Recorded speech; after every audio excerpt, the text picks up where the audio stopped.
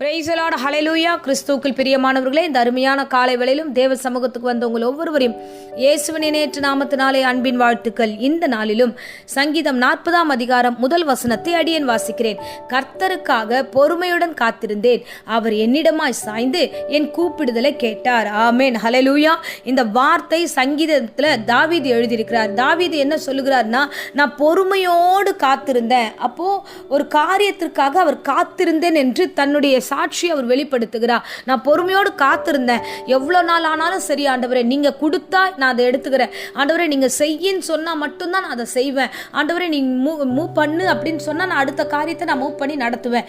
நீங்க சொல்லாம அந்த காரியத்துல நான் முடிவை எடுக்க மாட்டேன். அப்போ ஒவ்வொரு விஷயத்திலையும் கர்த்தர் தாவீதை அவ்வளவு நேர்த்தியா நடத்தியிருக்கிறார். இங்கதான் வசனம் சொல்லுகிறது அவ்வளவு தெளிவா, நான் கர்த்தருக்காக நான் வெயிட் பண்றேன். அவர் என்ன சொல்றாரு, அவர் என்ன செய்யறாரு, என் வாழ்க்கையில அவர் சொல்லாம என் வாழ்க்கையில எதுவும் நடக்காது.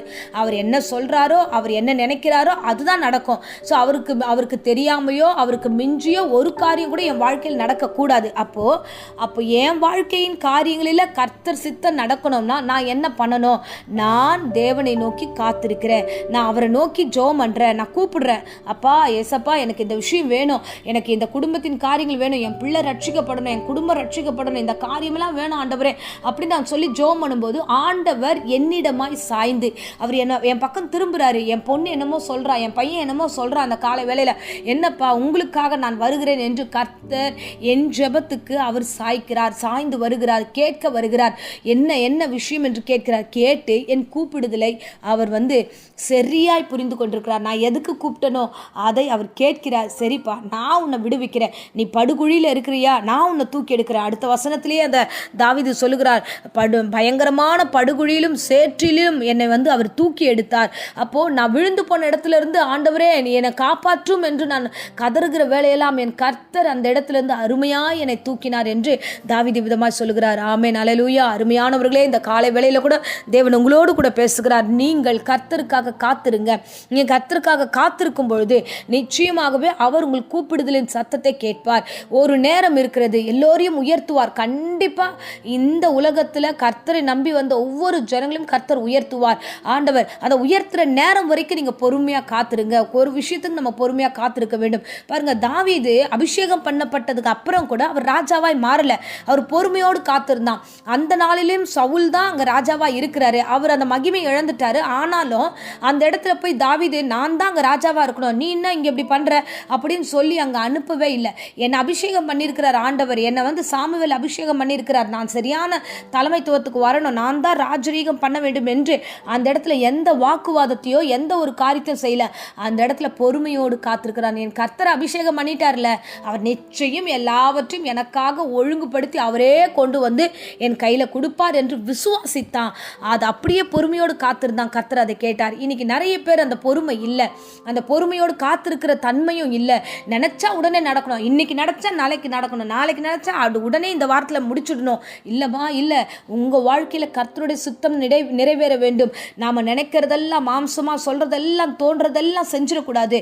எதை செய்யணும்னாலும் கிறிஸ்தவர்கள் பார்த்து நாம கவனமா இருக்க வேண்டும். பாருங்க, நான் நின்னுட்டேன், எனக்கு தெரிஞ்சிருச்சு, எல்லாமே எனக்கு புரிஞ்சிருச்சு, அதனால நான் எல்லாத்தையும் சாதிச்சிருவேன் அப்படின்னு நீங்க நினைக்காதீங்க. நிற்கிறேன் என்கிறவன் விழாதபடி எச்சரிக்கையா இருங்க.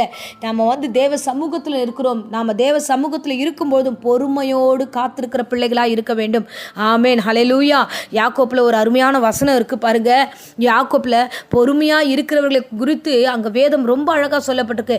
யோபின் பொறுமையை குறித்து கேள்விப்பட்டிருக்கிறீங்களே, அந்த பொறுமையை எது வரைக்கும்னா முடிவையும் நீங்க பார்த்திருக்கீங்க. பொறுமையை அவர் அவ்வளவு பொறுமையா இருந்தார். அந்த வாழ்க்கையில ஆசீர்வாதங்கள் எல்லாம் இழந்த பொழுது பொறுமையாய் அமைதியுள்ள ஆவியோட அமைதியா இருந்தார். ஆனா முடிவை எவ்வளவு அழகாய் கர்த்தர் இரட்டத்தனை ஆசீர்வதித்தார். அருமையானவர்களே, இன்றைக்கு கர்த்தர் உங்களுக்கு கொடுக்கிற வார்த்தை என்ன தெரியுமா? நீ பொறுமையோடு காத்திருக்கிற வேளையில உண்மையாகவே நீ பொறுமையோடு இருக்கும்போது நீ பாக்கியவனாய் இருப்பாய். ஆமென், அல்லேலூயா. அதை தான் தாவீது இந்த காலை வேளையில சொல்லுகிறார். என் ஆத்துமாவே நீ கலங்காத, நீ ஏன் கலங்குற? நீ கர்த்தரை நோக்கி காத்திரு, நீ பொறுமையா காத்திரு. அவர் அவர் தாமே உன் இருதயத்தை ஸ்திரப்படுத்துவார், அவர் தாமே உன்னை ரட்சிப்பார் என்று தன்னுடைய இருதயத்துக்கு அவன் அவ்வளோ அழகாய் ஒரு வார்த்தை சொல்லுகிறார். இன்றைக்கும் கர்த்தர் இந்த காலை வேளையில் உங்களிடத்தில் சொல்லுகிறார், பொறுமையோடு காத்திருங்க. இவ்வளோ நாள் காத்திருந்துட்டீங்க, இன்னும் கொஞ்ச நாள் உங்கள் நாட்கள் முடிந்து போகாது. நீங்கள் பயப்படுறீங்க, என் நாட்கள் முடிந்துடும், என் காரியமெல்லாம் போயிடும், எல்லாமே போயிடுச்சு. இல்லை, எதுவும் உங்கள் வாழ்க்கையில் கர்த்தர் என்ன செய்ய திட்டம் வைத்தாரோ அது செய்து முடிக்கிற வரைக்கும் காலம் கடந்து போகாது. இதுவரைக்கும் நீ பொறுமையாக இருந்தீர்கள், இனியும் கொஞ்ச நாட்கள் கொஞ்ச நாழிகை நீங்கள் பொறுமையாக இருந்து பாருங்கள். பொறுமைக்கு கர்த்தர் உண்மையாகவே ஆசீர்வாதத்தை வைத்திருக்கிறார். அவர் சாய்த்து உனக்கு பதிலை கொடுப்பார். உன் கூப்பிடுதலை அவர் கேட்பார். நீ பயப்படவே பயப்படாத. என் கூப்பிடுதலை கேட்க மாட்டார், என்னை விரும்பல ஆண்டவர், என்னை யாருக்குமே பிடிக்கல. இல்லை, உன்னை விரும்புகிறார், உன்னை பிடித்து உன் பட்சத்தில் தான் இருக்கிறார். அதனால தான் அந்த பிரசங்கத்தையும் கர்த்தர் உங்ககிட்ட கொண்டு வருகிறார்.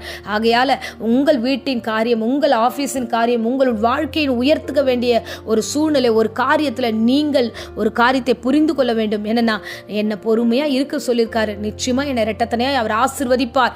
என் ஜெபத்தம் வீணாய் போகாது. பயிரை விதைக்கிறவன், ஒரு விதையை விதைக்கிறவன் சரியான நேரத்தில் அந்த பயிரை அறுவடை செய்கிறான். அதே போல நீ இப்போ விதைத்து கொண்டிருக்கிறாய், சரியான நேரத்தில் நீ அறுவடை செய்வாய். கர்த்தர் உன்னை ஆசீர்வதித்து நடத்துவார். ஆமென். இப்பொழுதும் அடியேன் உங்களுக்காக ஜெபிக்கிறேன். அன்பு ரட்சகா, இந்த அருமையான காலை வேளையிலும் கர்த்தாவே, எங்கள் பிள்ளைகளோடு கூட நீர் பேசின கிருபைக்காக ஸ்தோத்திரம் ஆண்டவரே. அப்பா பொறுமையோடு காத்திருக்க வேண்டும் என்று ஆண்டவரே, இந்த காலை வேளையில் நீர் பேசின கிருபைக்காக நன்றி ஆண்டவரே. அப்பா, காத்திருக்கிற ஒவ்வொருவரையும் ஆசீர்வதிங்க, தொடர்ந்து பொறுப்பெடுத்துக் கொள்ளுங்க. எந்த சூழ்நிலையும் அவசரப்படாதபடிக்கு எல்லாவற்றையும் பொறுமையோடு முடிவெடுக்க கிருபத்தாங்க, கடந்து போக கிருபத்தாங்க, தொடர்ந்து வழி நடத்தும் ஆசீர்வதியும். இந்த நாட்களிலும் பலவீனத்தோடு யாராகிலும் காத்து கொண்டிருந்தா ஆண்டவரே, அப்பா வியாதியோடு பலவீனத்தோடு விழுந்து போயிருந்தா அப்பேற்பட்டவர்களை நீர் தூக்கி எடுத்து சுகப்படுத்தி ஆசீர்வதித்து வழி நடத்தும், காத்துக்கொள்ளும். தொடர்ந்து உடைய கிருபை ஒவ்வொருவரோடு கூட இருப்பதாக இயேசுவின் இணையற்ற நாமத்தில் ஜெபித்து ஒப்புக் கொடுக்கிறேன் ஜீவனுள்ள நல்ல பிதாவே. ஆமேன். Praise the Lord. God bless you.